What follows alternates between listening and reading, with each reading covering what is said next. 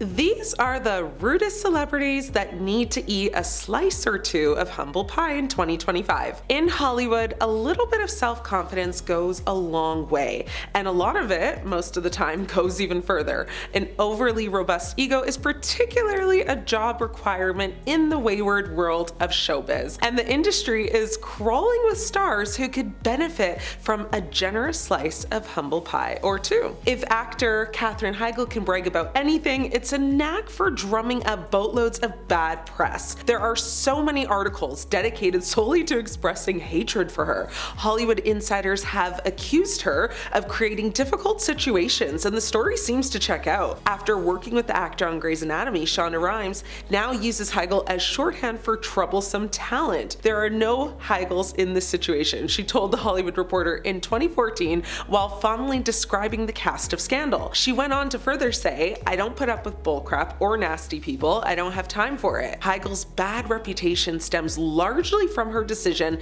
to decline a second Emmy nomination for Grey's Anatomy in 2008. She released a wince-inducing public statement that claimed she simply wasn't given the material this season to warrant an Emmy nomination.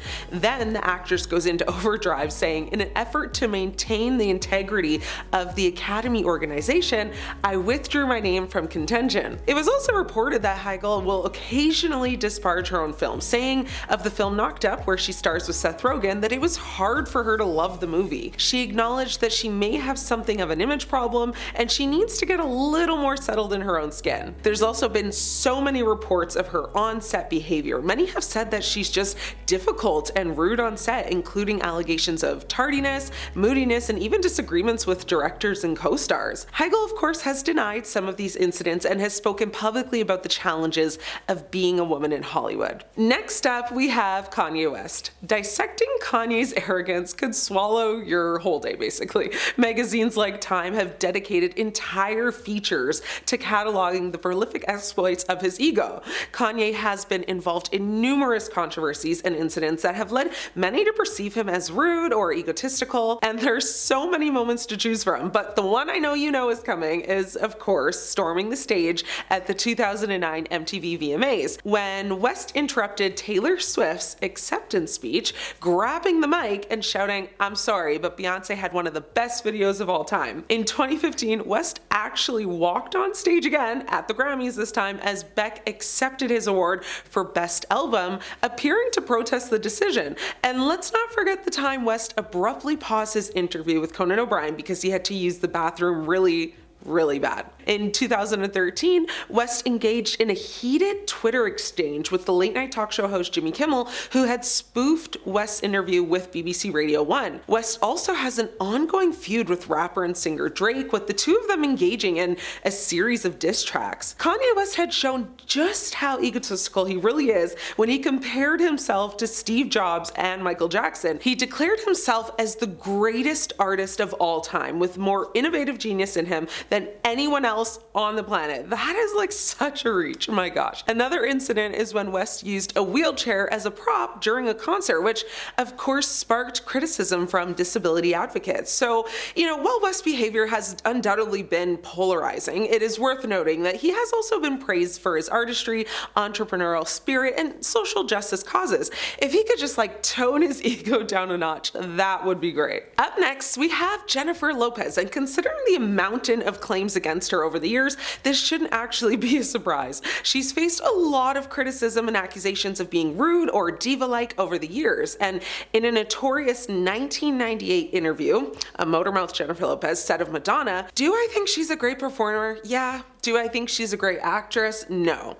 Acting is what I do, so I'm harder on people when they say, 'Oh, I can do that, I can act.' I'm like, hey, don't spit on my craft." This is so funny coming from JLo, because anyone who's ever caught a screening of Geely knows that Lopez is like a nuanced performer who lacks depth and will likely never see an Oscar with her name on it in her lifetime, or even our lifetime. Now, her rudeness isn't solely reserved for wealthy entertainers though. She's also allegedly unpleasant with people who work in service positions. In 2012, an emotionally wounded flight attendant contacted the press about his interaction with Lopez. He said that he asked her, "What can I get you to drink?" But Jennifer refused to even acknowledge him. She turned her head away, looked at someone else, actually went to her personal assistant and said, "Please tell him I'd like a Diet Coke and a lime." She wouldn't even look at him. He went on to say it was sad because, she seemed so sweet in her movies. That's why it's called acting, honey. But there's been so many reports of Lopez being demanding and difficult to work with on film and music sets. She allegedly had a trailer with specific requirements, including a particular type of toilet paper. A lot of former employees and assistants have come forward with claims of being treated so poorly by Lopez, including being yelled at or belittled. And JLo has also been known to have a very long list of demands for events and appearances, including specific lighting, sound, and even furniture requirements, like every piece of furniture needs to be white for some reason. The media has often portrayed Lopez as a diva or a demanding celebrity, which may have perpetuated the public's perception of her as rude, but if you give them nothing to write about, then you won't be written about. Isn't that the rule? So I think she gives too many opportunities to be talked about, and maybe that's what she wants, so who knows. To play devil's advocate for a second, she does have a strong personality, confidence, and high standards, which may have been interpreted as rudeness or diva-like behavior, but I still think she'd benefit from humbling herself a little bit, especially since her latest marriage has failed yet again. Adam Levine is up next. The Maroon 5 frontman wants to set the record straight. He told GQ in 2014, "I'm not arrogant, I'm cocky, it's different. Cocky is playful. I'm confident. Some people don't like confidence, they resent confidence." In fact, Levine is so confident he reportedly actually felt within his rights to tell GQ journalist Jessica Pressler how to frame her article about him. He said, "You know what the gist of this article is? Your opening line can be, 'You don't have to like me, but I'd prefer it if you did.'" He also made a statement to the Boston Globe back in 2007 that said, "You wouldn't be a complete band without a slightly cocky frontman, would you?" And if you're wondering how anyone could be this full of themselves, you've fallen right into Levine's trap, because he said in an interview a few years ago that he loves attention and he can't stand not having it.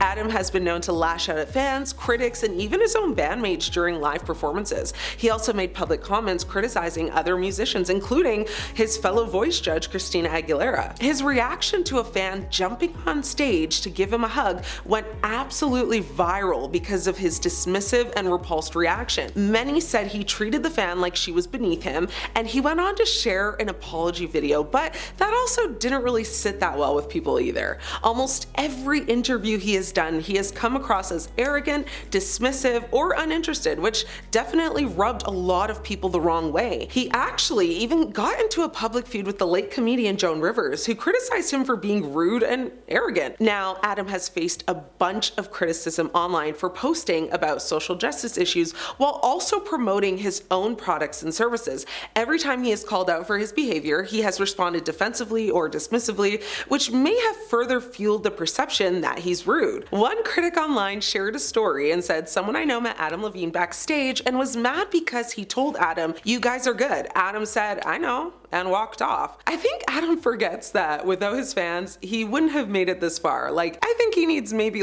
3 slices of humble pie. That's probably in order for this pop star. Next, we have Blake Lively, who has been in the spotlight recently for all the drama surrounding her movie with Justin Baldoni, It Ends With Us, and the alleged inappropriate behavior from her co-star on and off set. In case you've somehow missed it, to give you a little context, Blake Lively filed a lawsuit against Justin, accusing him of harassment and attempting to damage her reputation. The lawsuit alleges that Baldoni engaged in inappropriate behavior on set. Lively claims that she reported these incidents to the film's producers and requested safeguards to ensure a safe working environment. However, she alleges that Baldoni and his team launched a smear campaign against her, attempting to portray her as difficult to work with and damaging her reputation. Unfortunately for Blake, however, her reputation has been damaged a long time ago. She's faced many accusations of being rude or entitled over the years, and there's been several rumors of Lively being extremely difficult on set, including allegations that she's always late to show up, she's moody, and makes ridiculous excessive demands. During her time on Gossip Girl, it was reported that she had feuds with Leighton Meester and Penn Badgley. Now, she's also given many interviews where she comes across as arrogant and entitled, and apparently she is super dismissive and unfriendly to fans who have approached approached her for like autographs or photos. She seems to present a very perfect, polished image on social media, which many have looked at as unrelatable and just fake. One fan took to social media to share a story about Blake Lively, and she wrote, "My boyfriend works in the movie studios and concerts where we live and has done small to major movies and met some pretty big movie stars because of it. The worst person he's ever had to deal with was Blake Lively. He said she was the most entitled, snobbiest, and rudest person to deal with. She threw tantrums on set and she treated literally every single person like a POS, except for the director." A journalist called out Blake Lively for a 2016 interview that she's now referring to as the most uncomfortable interview situation she has ever experienced. But a source close to the actress says the exchange was sparked by the journalist's rude statement to Lively. Now, this Norwegian reporter, Kirsty Flott, uploaded a 4-minute interview with Lively to YouTube titled "The Blake Lively Interview That Made Me Want to Quit My Job." The viral video shows Lively and Cafe Society co-star Parker Posey speaking with Flott for a discussion on the Woody Allen film back in 2016. Flott wrote in the video's description, "Sitting down with Blake Lively and her co-star Parker Posey for Cafe Society is the most uncomfortable interview situation I have ever experienced. Is it not okay to congratulate someone on their pregnancy or to ask another woman about costume she's wearing in a film? Let me know what you think in the comments." Now, to give you some context to this, at the beginning of the clip, Flott congratulated Lively on her little bump. She was pregnant at the time. The interview was filmed actually around the time Lively was pretty far along with her and Ryan Reynolds' daughter Inez, who was born actually on September 30th, 2016, a few months just after Cafe Society opened in theaters. Now, Lively responded by saying the same to Flott. She said, "Congrats on your little bump." Now, after Lively and Posey had a side chat about lovely lady lumps, the reporter told the pair she thought the film was